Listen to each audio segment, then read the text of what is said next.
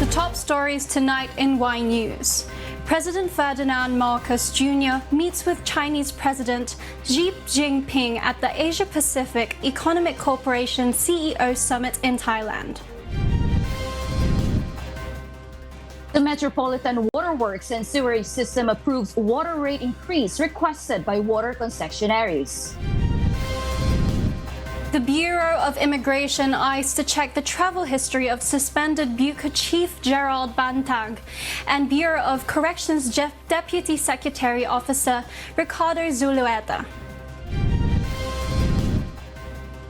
Canada imposes a new set of sanctions on Iran for violating human rights of protesters and supplying Russian forces with drones. Good evening, Philippines and the world. Today is Thursday, November 17th, 2022. Join us in the next hour as we deliver today's top stories around the Philippines and other parts of the world. I am Giona Pravado. We are also seen in 1,935 satellite monitoring centers nationwide and via live streaming worldwide through the UNTV News and Rescue social media channels. I am Annie Mancilia. First in the news. President Ferdinand Marcos Jr. addresses various topics including food security, health and climate change during the APEC CEO Summit earlier this morning. Meanwhile, President Marcos met with Chinese President Xi Jinping for their bilateral meeting at the Asia-Pacific Economic Summit 2022. From Bangkok, Thailand, Kath Dumaraos gives us the details live. Yes, Kath?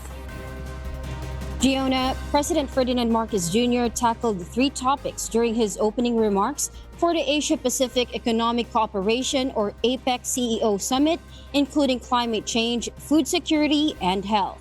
President Marcos said the Philippines has prioritized renewable energy options such as hydropower, geothermal power, solar, and other low-emission energy sources, and that he set a target for a higher share of renewable energy of 35% by 2030 and 50% by 2040.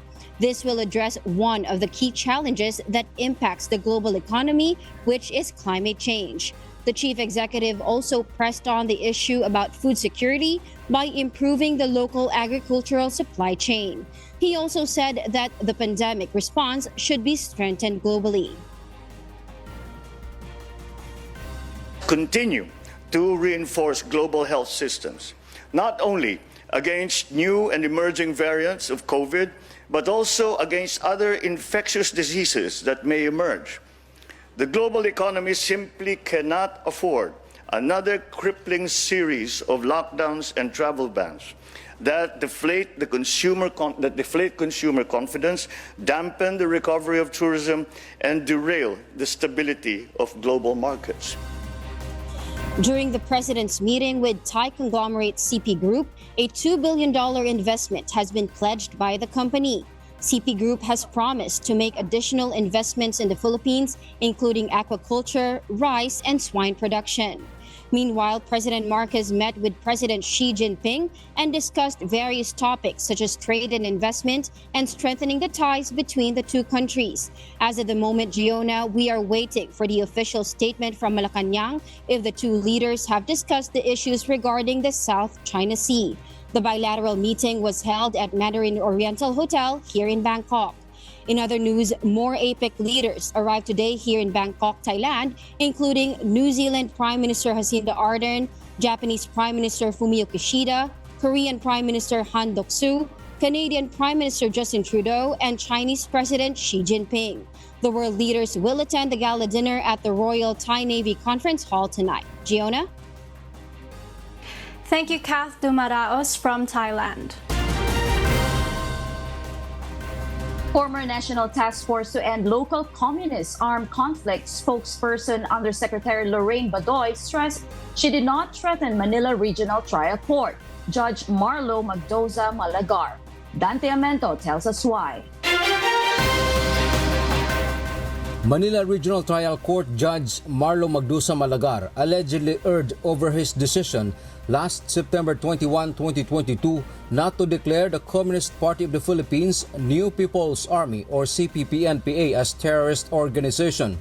Former National Task Force to End Local Communist Armed Conflict or NTF-ELCAC spokesperson Lorraine Badoy said there are several countries such as the United States of America, Australia, United Kingdom, and even the European Union designated a group as terrorist. In one of his social media posts, Badoy said that if she kills the judge out of her political belief, that all allies of the CPP, NPA, NDF must be killed because there is no difference between a CPP, NPA, NDF member and their friends, then the court should also lenient with her. But Badoy explained it was not a threat but a hypothetical or deductive reasoning. At saka wala akong track record na nagte-threaten or nananakit ng tao. Ang may track record niyan ang CPP, NPA, NDF. Nowhere in what I wrote was a threat or even an incitement to violence, no? Again, because this is exactly what I've been fighting for, no? Na tigilan ang bayolensya. So yeah, there was no threat at all. Attorney Harry Roque, Badoy's legal counsel, on the other hand, said what was his client did is a valid criticism involving issue with public interest. It was also part of the freedom of expression and of the press. Freedom of the press, freedom of expression is neutral, no? Content neutral. Para po sa lahat yan. Hindi po pwede na mag-iiyak lang ng freedom of the press at freedom of expression ay yung mga kalaban ng gobyerno. Kinakailangan yung mga kakampi rin ng gobyerno ibigay itong karapatan nito. Meanwhile, Badoy urges the Supreme Court to tilt in favor of the freedom of the expression and of the press. She also asks to declare her not guilty with indirect contempt over his statements against Judge Malagar. Dante Amento, UNTV, News and Rescue. We serve the people.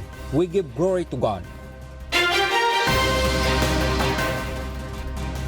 The Bureau of Immigration, or BI, will check the travel history of suspended BUCA Chief General Gerald Bantag and Bureau of Corrections, or BUCA Deputy Secretary Officer Ricardo Zulueta.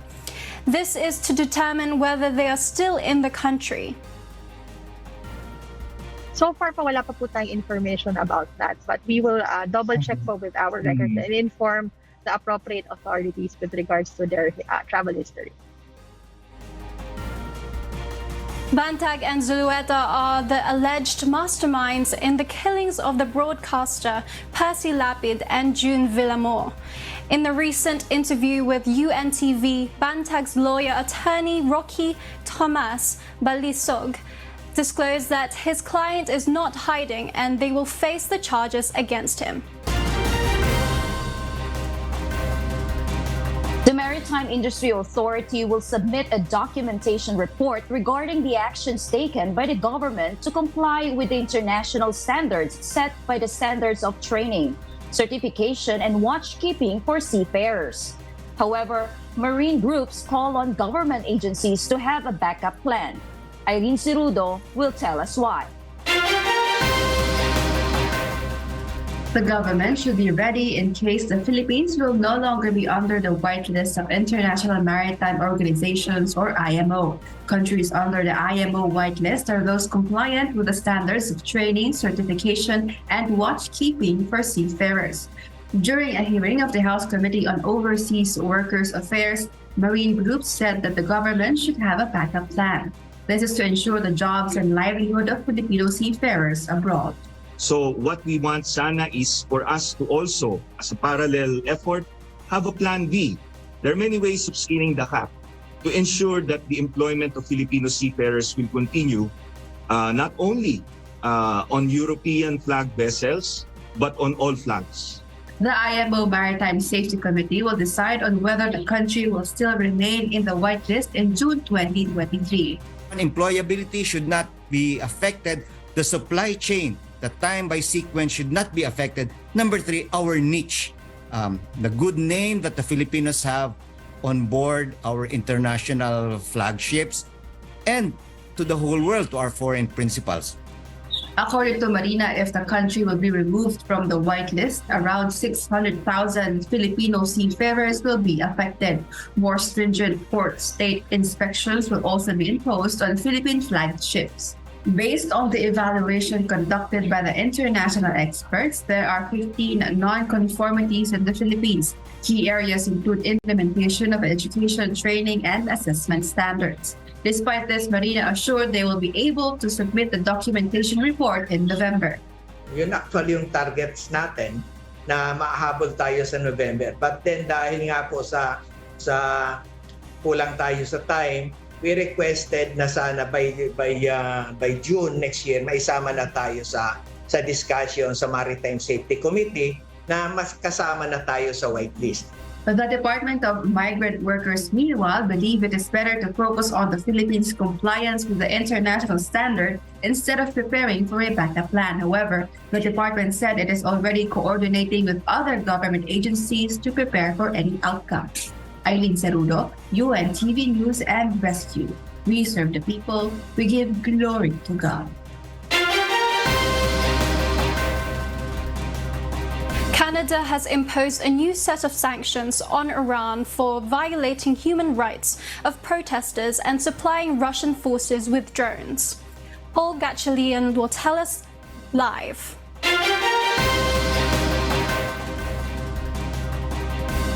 Yes, Paul? Giona, the Iranian regime continues to worsen day by day.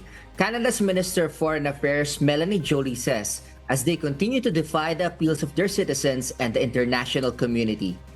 Canada is imposing the fifth set of sanctions on Iran this year, targeting two companies, Shahed Aviation Industries and QODS Aviation Industries. The sanction also includes 6 people involved in violating human rights. The drones produced by Shahed Aviation and QODS Aviation that was supplied to Russia have said to be used to attack the people of Ukraine and its infrastructure, while QODS Aviation also produced drones for the Iranian military and other groups like the Lebanese Shia Islamist political party known as Hezbollah. Canada also imposed sanctions on 6 individuals alleged to have participated in restricting protesters in Iran, abusing and violating their human rights. Minister Melanie Joly has expressed their determination to use all available diplomatic tools to respond to the Iranian aggression, whether it be in the country or around the world. Back to you, Giona. Paul, has Iran made any comments about the sanctions and what has been said by Canada about them? Giona, for the first time this month, Iran has acknowledged that it has supplied drones to Moscow, but explained that they were sent before the Russia and Ukraine war started. Back to you, Giona. Thank you, Paul Gachalian from New Zealand. Chinese President Xi Jinping and Indonesian President Joko Widodo conducted an official discussion on the Indonesian island of Bali, with both leaders promising closer collaboration on the development of more COVID-19 vaccines. Since the start of the COVID-19 pandemic, Indonesia has been a major consumer of Chinese-made COVID-19 vaccines. In fact, the country has administered hundreds of millions of China's Sinovac biotech vaccines. Chinese Foreign Ministry published a readout stating that Indonesia expresses their satisfaction and gratitude and is willing to strengthen its cooperation with China in healthcare. President Xi assured President Widodo that China will continue to assist Indonesia in the building of a regional vaccine production center and will advance joint vaccine research and development. Aside from vaccine talks, President Xi and President Widodo saw a trial of the high-speed rail project, a 124-kilometer railway line that will connect Indonesia's Jakarta to one of the country's largest cities, Bandung. The project is funded by a loan from the China Development Bank and is a part of China's Belt and Road Initiative.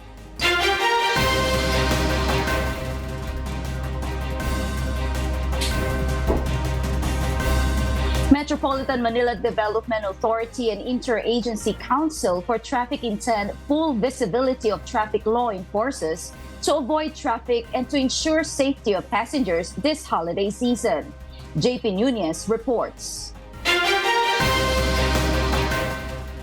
Metropolitan Manila Development Authority or MMDA will have their personnel more visible in major thoroughfares in Metro Manila this holiday season.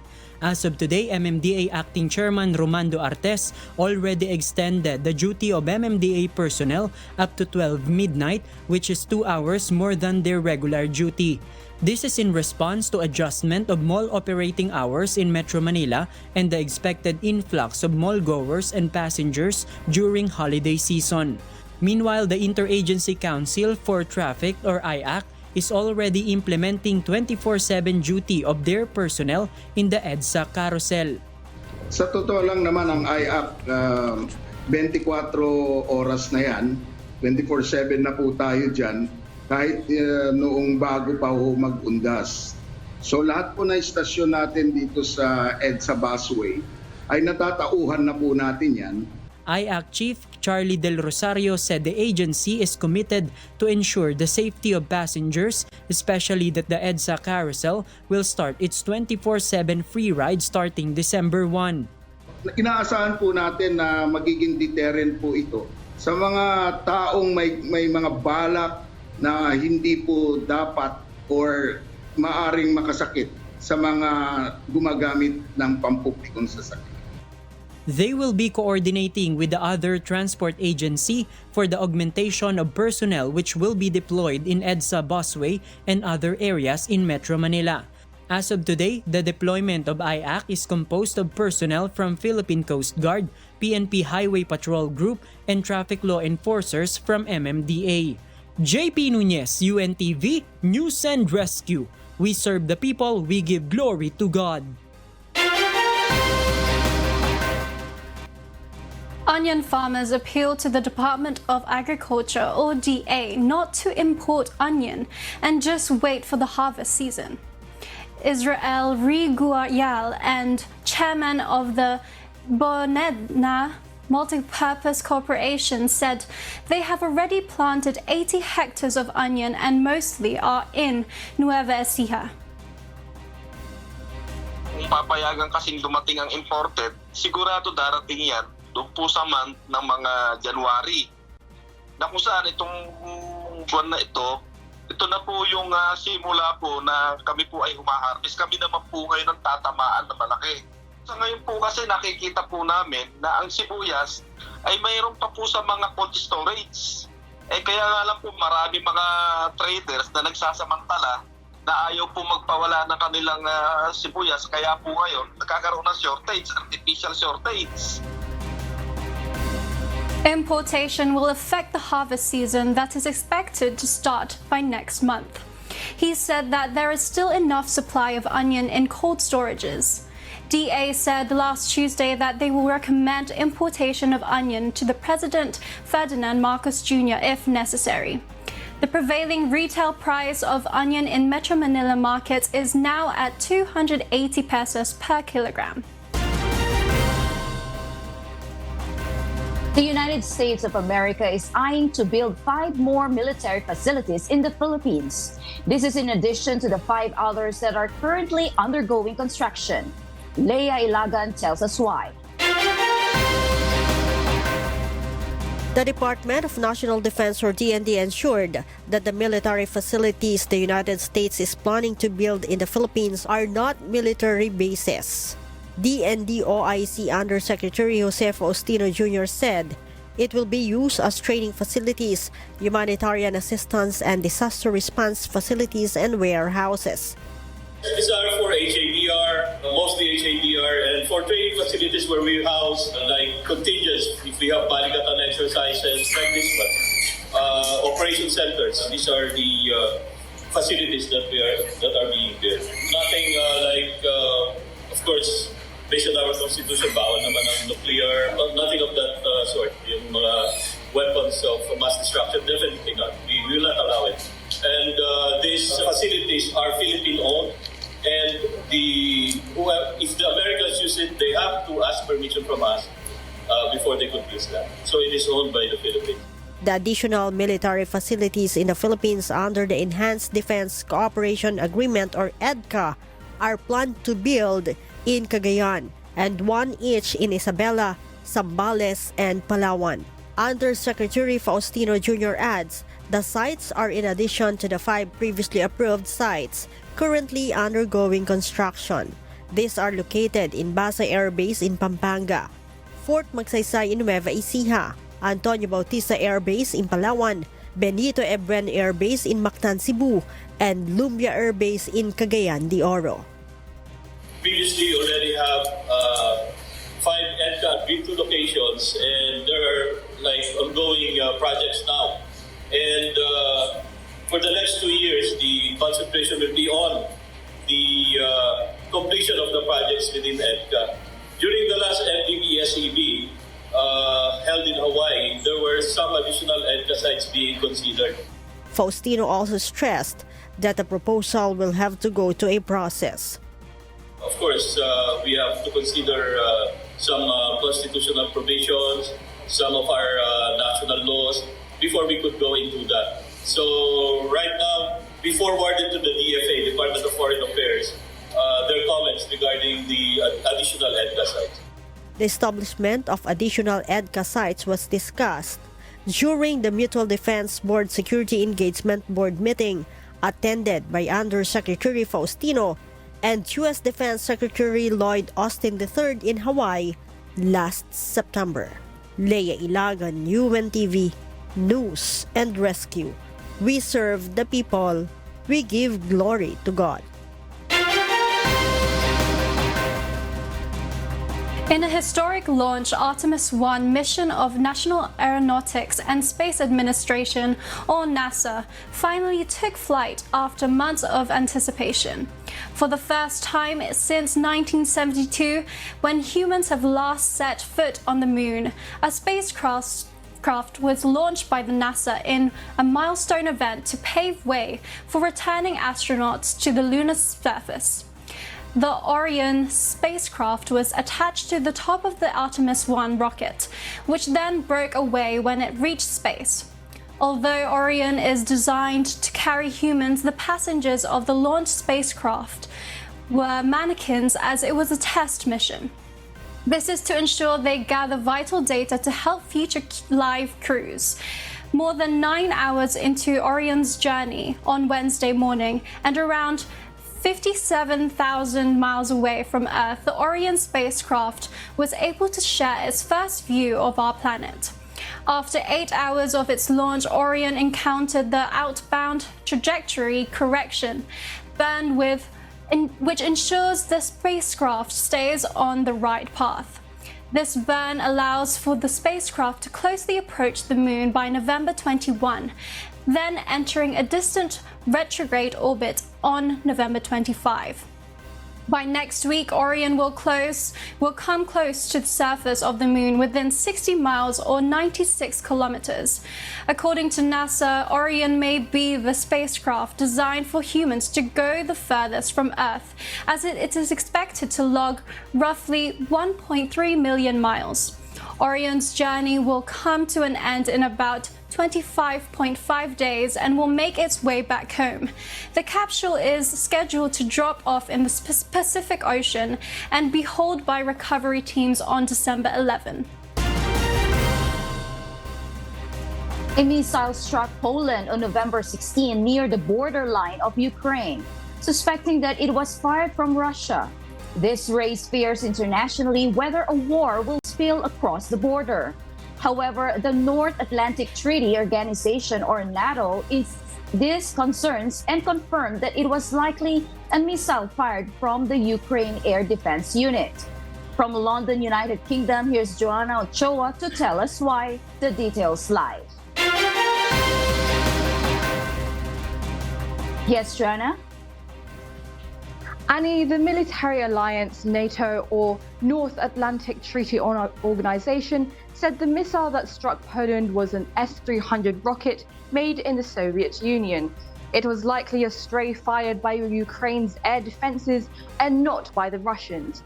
This was triggered when Russia fired missiles at cities across Ukraine, which targeted the energy grid and worsening power blackouts for millions of people. The locals within the Polish village felt relieved when they learned that it was Ukraine who fired the missile, as they did not want to be involved in the war. NATO ambassadors held emergency talks to respond to the death of 2 people in Poland near the Ukrainian border. They say Russia should take full responsibility for continuing the illegal war against Ukraine. Ukraine Presidential Advisor Mikhailo Podolyak stated that Ukraine is trying to restrain Russian outages and stop the escalation and growth of the war. He added that compromises should not be made or considered between Russia and the civilians, as Russia is the key threat to the global world. Annie? Thank you, Joanna Ochoa, live from London, United Kingdom. And those are the reasons behind the news in other parts of the globe. The Metropolitan Waterworks and Sewage Systems, or MWSS, approves the water rate increase requested by water concessionaires. This is expected to improve the water services in Metro Manila and nearby provinces. Ray Pelayo will tell us why. Starting January 2023, both Maynilad and Manila Water will implement additional charges on the monthly bill of customers. For 5 years, Maynilad will collect an additional 13.31 pesos per cubic meter, while the increase for Manila Water is 19.25 pesos. The first year will add 3.29 pesos per cubic meter for Maynilad and 8.04 for Manila Water. Consumers of Maynilad that consumes 10 cubic meters of 5.28 pesos on their monthly bill, 20.29 for 20 cubic meters, and 41.71 pesos for 30 cubic meters. For Manila Water customers, no additional for Lifeline customers, but for regular consumers consuming 10 cubic meters will have 41.19 increase on their monthly bill, 91.53 for 20 cubic meters, and 187.01 pesos for 30 cubic meters. Minimum wage earner Joselito is one of those who will bear the monthly increase. He is currently shouldering an 800 pesos monthly bill in their house. Sa pagkain pa lang mahirap na, tapos dadagdag pa yung sa tubig. Paano pa kaya sa susunod na tao? MWSS said that the increase in water rate is due to the improvement of facilities that water concessionaires plan to do for better service. Itong mga tariff adjustments nila ay may kapalit yan. Ang kapalit niyan ay sapat at tamang serbisyo. MWSS reminds the public to conserve water to help maintain the enough water supply for the dry season. Ray Pelayo, UNTV News and Rescue. We serve the people. We give glory to God.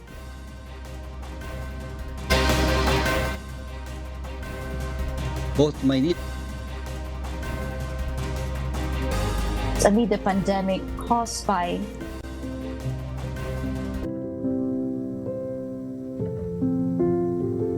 our kasambahay, as the world faces these trying times amid the pandemic caused by coronavirus, we are inviting everyone to join the global prayer for humanity. Good day. I'm Brother Eli Soriano of the members of the Church of God International. I want to invite you to join us in a minute of prayer every day to pray for humanity and the whole world as we go through these perilous times.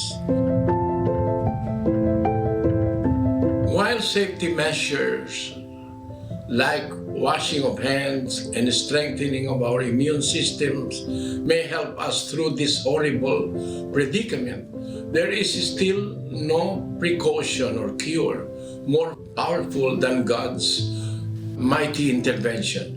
And we need His intervention now more than ever. It doesn't matter what religion you are in or what denomination you belong. This is an invitation for all the people around the world who cares for the future of their family, friends, loved ones, and humanity as a whole. Everybody is welcome to pray with us. For more details, you can check out the description box below. Thank you very much, and I hope to hear from you soon. May God bless you.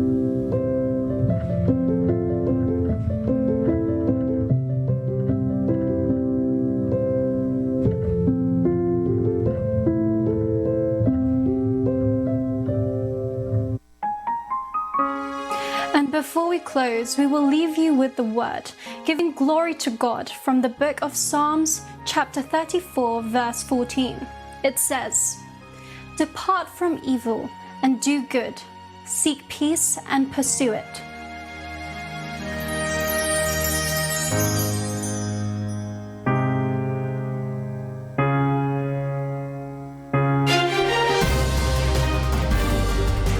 And those are the reasons behind the news. November 17, 2022. Reasons we deliver to you as they unfold. I am Annie Mancilia. Because we need to know, we will always ask why. I am Gianna Pravado. We serve the people, we give glory to God.